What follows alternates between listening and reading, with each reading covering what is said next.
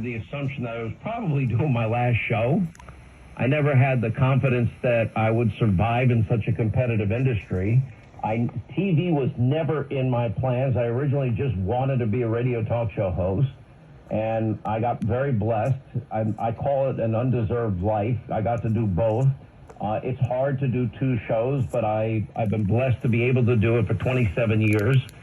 And I'm grateful to everybody who's helped me along the way and been a part of it. And I'm most grateful to you, this audience, because you make it possible by listening and by watching.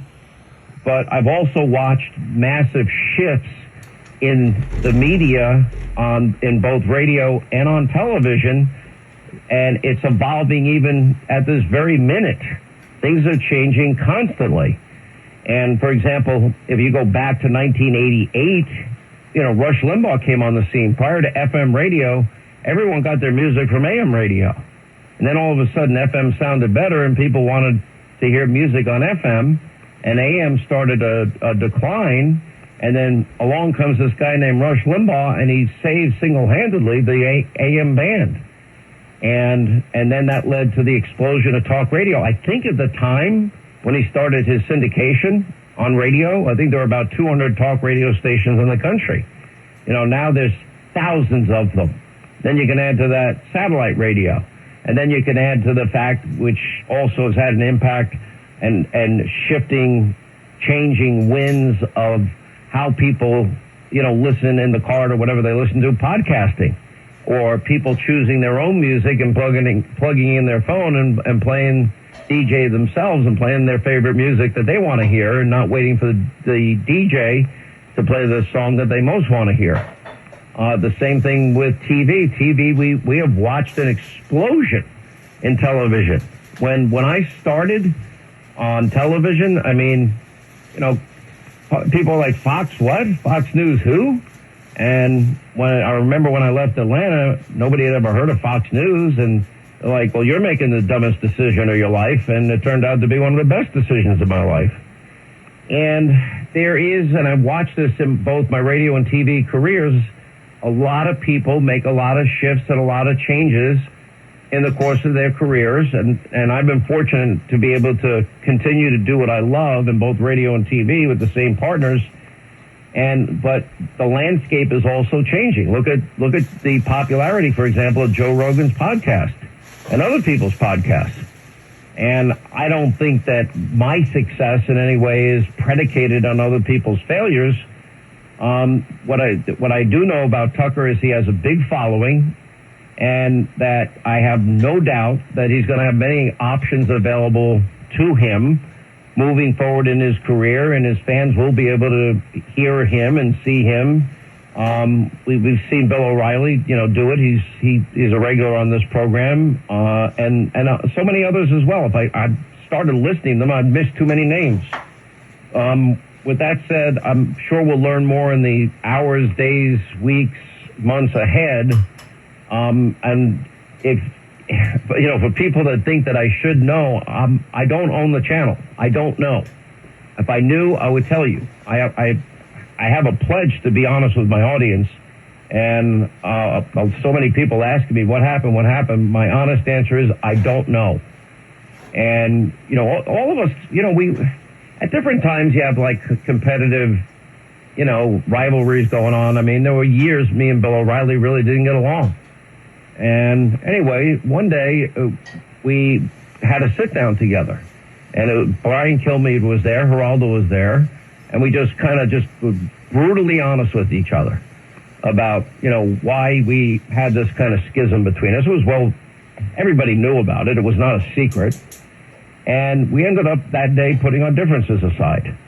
And I just am a person that wants to get along with people if I can. If they don't want to get along with me, I understand. And I want to forgive, and I don't want to spend the rest of my life angry at anybody. I don't believe in any way that any success I have is predicated on anybody else's failure. I believe actually just the opposite. I believe a rising tide lifts all boats. If you have a good lineup on either a radio station or a TV station, it's good for everybody. And so that's my take on it. I don't think you've heard the last from Tucker unless he wants to not be on the air. He will have as many options as anyone would expect to do it. The media landscape is changing. People, I mean, look at, for example, the choices at night. Amazon, Netflix, Hulu, Prime. I mean, there's so many options out there, which means it's kind of why you have to work really hard at doing the best shows you can do, because people do have other options, and I don't want people tuning away from my show. So, so I'm sure in the days and weeks to come that we'll find out more information about it, and at that point we can make our decisions. Anyway, later on we'll talk more about it later in the program. I got a lot of news though that I do want to get to today. There is now rumors running rampant. Now we know that Joe Biden is expected to announce, even though nobody wants him to make this announcement, but we expect that he's going to announce that he is running for a second term. I mean, even fake news CNN is saying that the polling is very, very clear that Biden's age is a massive challenge. ABC is out there reporting that Biden's reelection or even being on the ticket, most Americans do not want to vote for him or an 81-year-old man for president. Even MSDNC points out in their poll that 26% of Americans, only 26% think he should run for re-election. The country sees what's happening. Economically, we all are feeling what's happening. On the foreign policy side, we know there that, it's a disaster.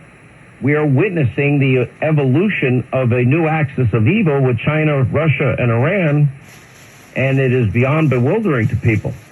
By the way, one last point on the media thing, and I'll get to this later in the show. I don't want to talk about it now, is Don Lemon was fired at CNN after 17 years, and he's pretty pissed off about it. He's out there tweeting about it. So he says he's stunned. He put out a statement. It was kind of bitter. But you could see that coming. That to me was not a surprise in any way. Nobody watched him, number one. The comments about Nikki Haley being past her prime was probably, and him not getting along with his co-host was probably the end of it. He had said a lot of outrageous things over the years. I have stuck with my policy of never supporting a cancellation or a firing or a boycott of anybody, anytime, any place, anywhere, and I'm never going to go there. But we're going to learn a lot. The issue really before us now there are a lot of rumors running around that the possible indictment of Hunter Biden is very real, and that meetings are expected to take place as early as today, tomorrow, Wednesday, as it relates to Hunter. Here's where I think this is going, and I think this is all rooted in this fact. You have this IRS whistleblower out there and suggesting that Merrick Garland may have lied under oath. We'll get to that later. But this IRS whistleblower is saying that there is not equal treatment under the law as it relates to Hunter Biden and the treatment of the IRS of Hunter Biden versus, say, conservatives. Then we've got other issues involved in this. And that has to do with the suspicious activity reports that were discovered by James Comer. And then we have these new LLCs that were discovered by James Comer and his committee, and that have become very revealing. And this has now brought this entire Biden family syndicate issue to the forefront. And last week we were able to report to you that there were 9 Biden family members that were benefiting from these foreign business dealings of Hunter Biden.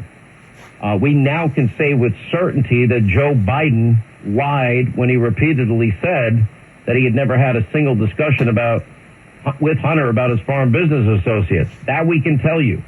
The question is, was this an influence peddling scheme?